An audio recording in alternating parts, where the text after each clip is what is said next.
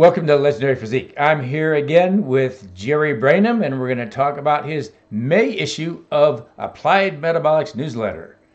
Jerry, that one last month had some great stuff in it about the shoulders and protecting them, and also carbohydrates, good or bad, and all that. I'm not going to give away what the information you had, but that is, I wish I'd have known that stuff like 20 years ago, 30 years ago.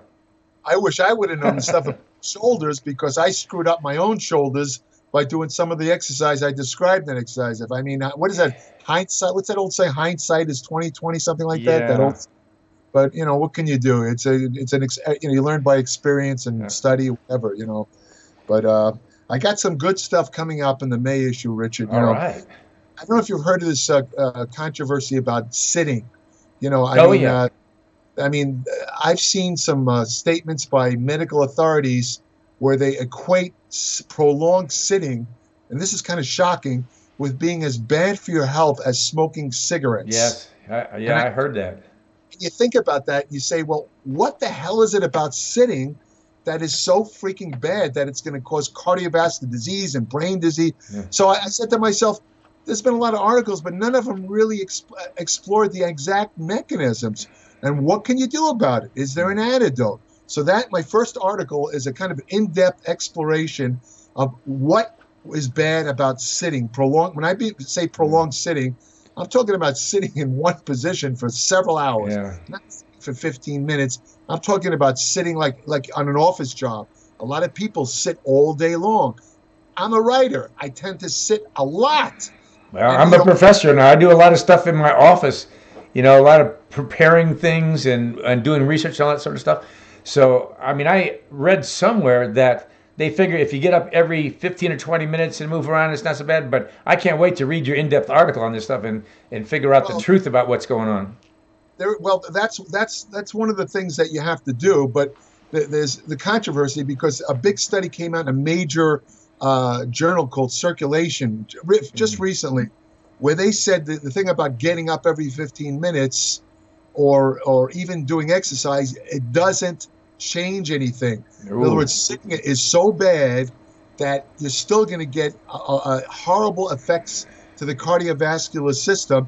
However, in the article, I explore other ways around that. Okay, great. Can't wait to read that one. Yeah, so that's one thing. And this, of course, I wrote about this topic. See, when I choose some of these topics, Richard, let me explain briefly. I try to think about the reader. I don't write about stuff that would interest me personally, although I'm not saying this stuff doesn't interest me, but there are a lot of topics that I would love to read that might not interest the vast majority of readers, Let's say heavy science article. Yeah.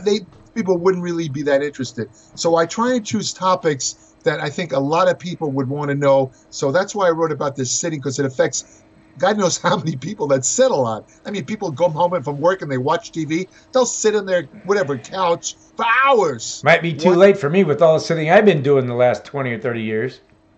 So I thought it was an important article. Yeah. The next article, this will make you laugh a little bit. A couple of years ago, I wrote an article for a bodybuilding magazine about marijuana. Marijuana. Now, since then, there's been a lot of changes, as you know, with regard to marijuana. I mean, they just legalized marijuana here in California. The last election, a proposition actually legalized. Before that, they had the medicinal marijuana. Now it's legal. It's actually legal. Marijuana is legal in 29 states and Puerto Rico. And just the other day, there's a movement where they want to make medicinal marijuana legal, and of all places, Mexico. I mean, the home of the drug cartels. Yeah. They want to make marijuana legal for medicinal purposes in Mexico. It's a big one, actually. So what I did in this article, I discussed all the controversies about marijuana with an accent or an emphasis on how it affects you as a person involved in exercise or sports. Okay, great. Will marijuana hurt or hinder? In fact, I start the article by talking about an anecdote, a famous bodybuilder. I won't identify him here, but you have to read the article. Who, when I was working on the Gold's Gym years ago, this guy kind of disappeared for about 45 minutes. And it turned out he went into this little defunct sauna room, and he was smoking weed there for about 45 minutes. And then he worked out. And I remember saying to him, I said, listen, when I smoke weed, and I do admit to it, I mean, the last thing I want to do is I want to just lie around and eat junk food. I mean, and he went into this thing about how it helped them train harder. So that's the kind of stuff I discussed. Well, when I was training the Golds, the guys were all smoking weed after they work out, because then they'd go to a buffet and tank up. Well, so they thought it was helping them gain some weight. Yeah, that actually. Well, as I point out in the article, they've developed drugs because it turns out that THC, the active ingredient in marijuana, it gets a little complicated. I'll let you read the article, but the point is, marijuana does definitely stimulate appetite. So they've developed drugs for people that are losing a lot of weight, pathological states like AIDS or cancer. These people take this drug it's a kind of synthetic form of THC, the active ingredient, to help them gain weight. So, and I talk about another controversy with marijuana is how it affects testosterone. Does it raise it? Does it lower it? It's all in that article. Great. The next article is something that I think you'll find interesting. We hear all these stories about how bad steroids are, cardiovascular disease, cancer, blah, blah. But, you look around and, you see all these bodybuilders. I mean, they're still alive. You and I both know many of these guys who were around years ago. They're still alive. They still and we know they took steroids. Yeah, you and I have talked about that before. Some of the guys we know that would up into a bottle of Dianabol and stuff and inject who knows what, and they're still alive. You're like, holy man. So and the if you look in the medical journals, one of the controversies among medical professionals is the long-term effects of steroids. In other words, what happens down the line? I mean, is everything going to revert to normal when you get off steroids? Or what happens if you take them year after year, like you're a competing athlete or you're a pro bodybuilder and you keep taking steroids year after year, even if you get off the steroids? People cycle on and off the steroids. Well, what happens if you just do that year after year after year? What's going to happen? So I called this article Life After Steroids because I came across a study where they looked at athletes 30 years after they stopped competing. These were power athletes. Oh, okay. And what happened? And so I discussed that, and I also discussed a lot of anecdotal information about things I've observed about some bodybuilders, what's in the medical literature about possible long-range effects of steroids. So that's a good. Well, the powerlifters got into it and a lot more heavy than the bodybuilders for a while there, from what I knew. Yeah. So that'd be interesting. I discussed some possibilities, and then I have an article. This CrossFit stuff. Don't get me started. So injury stuff. Well, I came across an article about there's an exercise they do where it's called I think it's called cross bridge gluteal lifts or something like that, where you kind of lie on across a bench or on the floor, and you lay a barbell right over your hips and you kind of raise your hips. I've seen them do that. Yeah. As I point out in the article, when I first saw this exercise, it kind of looked like sexual thrusting. Yeah. I saw women doing it. Yeah. And I'm thinking, these guys, they must be porno stars. Why would you do that exercise? What's the point? And it didn't occur to me that they're trying to train their gluteus. Yeah. And I said to myself, there's so many exercises for training glutes, squats, leg press, lunges. Why are they doing this one? So I came across this article in a very obscure journal about some guy who screwed himself up. He depressed the nerve. He actually depressed the nerve. He was using a very heavy weight laying across his hips. He depressed a femoral, cutaneous femoral nerve, and he actually caused a paralysis. Oh, man. So I didn't go into a lot of medical detail, but I took that as a jumping off point to talk about training the glutes. And I got a lot of humorous stuff in there. You might remember. Great. Do you remember when the female bodybuilders were doing that so-called moon pose? Yeah, and Ben Leader was flipping out. All these because what they do is these girls are very muscular. Yeah. They turn their back to the audience and they literally bend over, like mooning the audience. Yeah. And of course, they had those kind of very, almost like thong bathing suits. Yeah. Their glutes were there in bold relief, but it was pure muscle. Yeah. They were actually you could actually see the outlines of the muscle. Yeah. You don't see this in regular women. And the leg biceps too.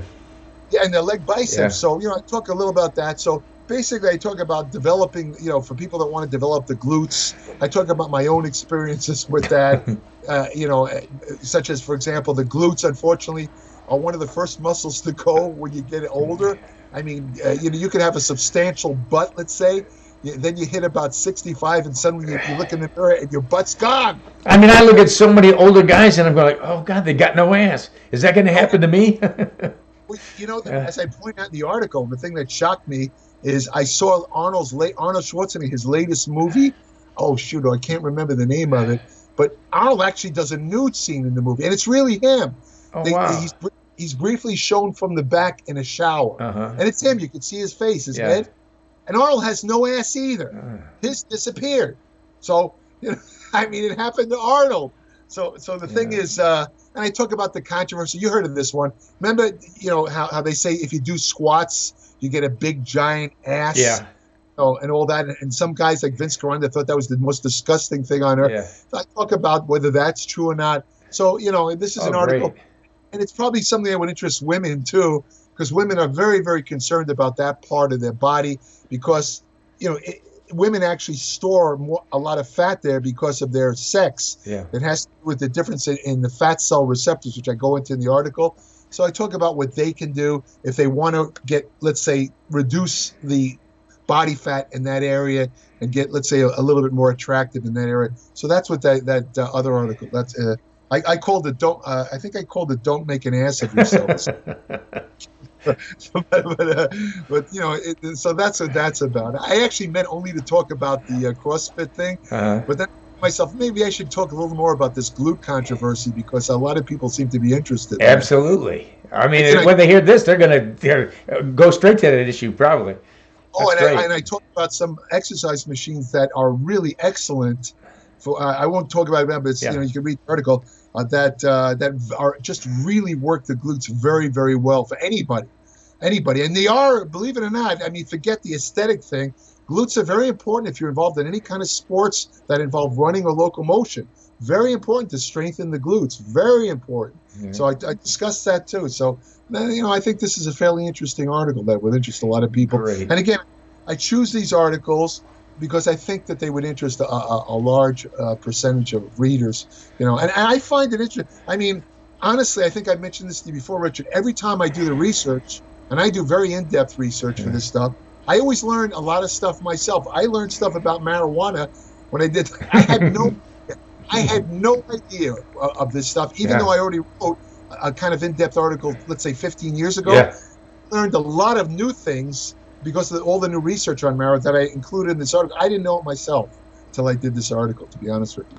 Well, it sounds like another great issue. Can't wait to read it myself. And this comes out May 1st? May 1st. And it's 47 pages, as usual, no ads. Oh, yeah. Just pure information. There's no BS, nothing like that. Pure information. And easy to read, everything technical. Sometimes you can't avoid technical terms, but I do explain that.